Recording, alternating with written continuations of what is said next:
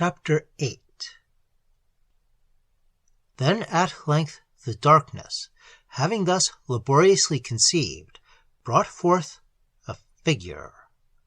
It drew forward into the zone of uncertain light where fire and shadows mingled, not 10 feet away, then halted, staring at them fixedly. The same instant it started forward again with the spasmodic motion as of a thing moved by wires, and coming up closer to them, full into the glare of the fire. They perceived then that it was a man, and apparently that this man was Defago. Something like a skin of horror almost perceptibly drew down in that moment over every face, and 3 pairs of eyes shone through it as though they saw across the frontiers of normal vision into the unknown. Defago advanced, his tread faltering and uncertain. He made his way straight up to them as a group first, then turned sharply and peered close into the face of Simpson. The sound of a voice issued from his lips. "Here I am, Boss Simpson. I heard someone calling me." It was a faint, dried-up voice, made wheezy and breathless as by immense exertion. "I'm having a regular hellfire kind of a trip, I am." And he laughed, thrusting his head forward into the other's face. But that laugh started the machinery of the group of waxwork figures with the wax-white skins. Hank immediately sprang forward with a stream of oaths so far-fetched that Simpson did not recognize them as English at all, but thought he had lapsed into Indian or some other lingo. He only realized that Hank's presence, thrust thus between them, was welcome, uncommonly welcome. Dr. Cathcart, though more calmly and leisurely, advanced behind him, heavily stumbling. Simpson seems hazy as to what was actually said and done in those next few seconds, for the eyes of that detestable and blasted visage, peering at such close quarters into his own, utterly bewildered his senses at first. He merely stood still. He said nothing. He had not the trained will of the older men that forced them into action in defiance of all emotional stress. He watched them moving, as behind a glass that half destroyed their reality. It was dreamlike, perverted. Yet through the torrent of Hank's meaningless phrases, he remembers hearing his uncle's tone of authority, hard and forced, saying several things about food and warmth, blankets, whiskey, and the rest.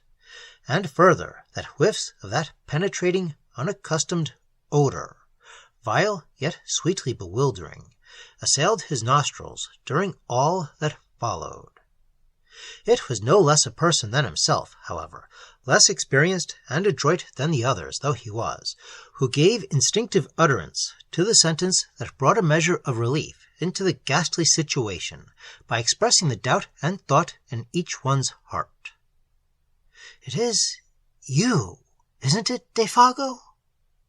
he asked under his breath, horror breaking his speech. And at once Cathcart burst out with the loud answer before the other had time to move his lips. "Of course it is! Of course it is! Only, can't you see, he's nearly dead with exhaustion, cold, and terror. Isn't that enough to change a man beyond all recognition?" It was said in order to convince himself as much as to convince the others. The overemphasis alone proved that, and continually, while he spoke and acted, he held a handkerchief to his nose. That odor pervaded the whole camp. For the Defago, who sat huddled by the big fire, wrapped in blankets, drinking hot whiskey and holding food in wasted hands, was no more like the guide they had last seen alive than the picture of a man of 60 is like the daguerreotype of his early youth in the costume of another generation. Nothing really can describe that ghastly caricature, that parody, masquerading there in the firelight as Defago. From the ruins of the dark and awful memories he still retains, Simpson declares that the face was more animal than human, the features drawn about it into wrong proportions, the skin loose and hanging, as though he had been subjected to extraordinary pressures and tensions. It made him think vaguely of those bladder faces blown up by the hawkers on Ludgate Hill, that change their expression as they swell, and as they collapse amid a faint and wailing imitation of a voice. Both face and voice suggested some such abominable resemblance. But Cathcart, long afterwards, seeking to describe the indescribable, asserts that thus might have looked a face and body that had been in air so rarefied that, the weight of atmosphere being removed, the entire structure threatened to fly asunder and become incoherent. It was Hank, though all distraught and shaking, with a tearing volume of emotion he could neither handle nor understand, who brought things to a head without much ado. He went off to a little distance from the fire, apparently so that the light should not dazzle him too much, and shading his eyes for a moment with both hands, shouted, in a loud voice that held anger and affection dreadfully mingled, "You ain't Defago! You ain't Defago at all! I don't give a damn! But that ain't you, my old pal of 20 years!" He glared upon the huddled figure as though he would destroy him with his eyes. "And if it is, I'll swab the floor of hell with the wadded cotton wool on a toothpick. So help me the good God," he added with a violent fling of horror and disgust. It was impossible to silence. He stood there shouting like one possessed, horrible to see, horrible to hear, because it was the truth. He repeated himself in 50 different ways, each more outlandish than the last. The woods rang with echoes. At one time it looked as if he meant to fling himself upon the intruder, for his hand continually jerked towards the long hunting knife in his belt. But in the end he did nothing, and the whole tempest completed itself very shortly with tears. Hank's voice suddenly broke. He collapsed on the ground, and Cathcart, somehow or other, persuaded him at last to go into the tent and lie quiet. The remainder of the affair, indeed, was witnessed by him from behind the canvas, his white and terrified face peeping through the crack of the tent door flap.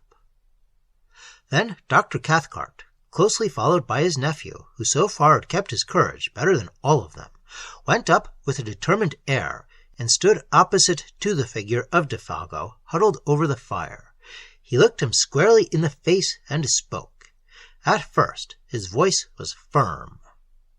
"Defago, tell us what happened, just a little, so that we can know how best to help you," he asked in a tone of authority, almost of command, and at that point it was command. At once afterwards, however, it changed in quality, for the figure turned up to him a face so piteous, so terrible, and so little like humanity, that the doctor shrank back from him as from something spiritually unclean. Simpson, watching close behind him, says he got the impression of a mask that was on the verge of dropping off, and that underneath they would discover something black and diabolical, revealed in utter nakedness. "Out with it, man! Out with it!" Cathcart cried, terror running neck and neck with entreaty. "None of us can stand this much longer!" It was the cry of instinct over reason. And then Defago, smiling whitely, answered in that thin and fading voice that already seemed passing over into a sound of quite another character. "I seen that great Wendigo thing," he whispered, sniffing the air about him, exactly like an animal. "I been with it, too." Whether the poor devil would have said more, or whether Dr. Cathcart would have continued the impossible cross-examination, cannot be known, for at that moment the voice of Hank was heard yelling at the top of his voice from behind the canvas that concealed all but his terrified eyes. Such a howling was never heard. "His feet! Oh, God, his feet! Look at his great changed feet!" Defago, shuffling where he sat, had moved in such a way that for the first time his legs were in full light, and his feet were visible. Yet Simpson had no time, himself, to see properly what Hank had seen, and Hank, has never seen fit to tell. That same instant, with a leap like that of a frightened tiger, Cathcart was upon him, bundling the folds of blanket about his legs with such speed that the young student caught little more than a passing glimpse of something dark and oddly massed, where moccasined feet ought to have been, and saw even that with but uncertain vision. Then, before the doctor had time to do more, or Simpson time to even think a question, much less ask it, Defago was standing upright in front of them, balancing with pain and difficulty, and upon his shapeless and twisted visage an expression so dark and so malicious that it was, in the true sense, monstrous. "Now you seen it too," he wheezed. "You seen my fiery burning feet, and now, that is, unless you can save me and prevent, it's about time for—" His piteous and beseeching voice was interrupted by a sound that was like the roar of wind coming across the lake. The trees overhead shook their tangled branches. The blazing fire bent its flames as before a blast, and something swept with a terrific, rushing noise about the little camp, and seemed to surround it entirely in a single moment of time. Defago shook the clinging blankets from his body, turned towards the woods behind, and with the same stumbling motion that had brought him, was gone. Gone before anyone could move muscle to prevent him. Gone with an amazing, blundering swiftness that left no time to act. The darkness positively swallowed him, and less than a dozen seconds later, above the roar of the swaying trees and the shout of the sudden wind, all three men, watching and listening with stricken hearts, heard a cry that seemed to drop down upon them from a great height of sky and distance. "Oh, this fiery height! Oh, my feet of fire! My burning feet of fire!" Then died away into untold space and silence. Dr. Cathcart, suddenly master of himself, and therefore of the others, was just able to seize Hank violently by the arm as he tried to dash headlong into the bush. "But I want to know! You—" shrieked the god. "I want to see! That ain't him at all, but some devil that shunted into his place!" Somehow or other, he admits he never quite knew how he accomplished it, he managed to keep him in the tent and pacify him. The doctor, apparently, had reached the stage where reaction had set in and allowed his own innate force to conquer. Certainly he managed Hank admirably. It was his nephew, however, hitherto so wonderfully controlled, who gave him most cause for anxiety, for the cumulative strain had now produced a condition of lachrymose hysteria, which made it necessary to isolate him upon a bed of boughs and blankets, as far removed from Hank as was possible under the circumstances. And there he lay, as the watches of that haunted night passed over the lonely camp, crying startled sentences and fragments of sentences into the folds of his blanket. A quantity of gibberish about speed and height and fire mingled oddly with biblical memories of the classroom. "People with broken faces, all on fire, are coming at a most awful, awful pace towards the camp," he would moan one minute, and the next would sit up and stare into the woods, intently listening, and whisper, "How terrible in the wilderness are the feet of them that—" until his uncle came across to change the direction of his thoughts and comfort him. The hysteria, fortunately, proved but temporary. Sleep cured him, just as it cured Hank. Till the first signs of daylight came, soon after 5 o'clock, Dr. Cathcart kept his vigil.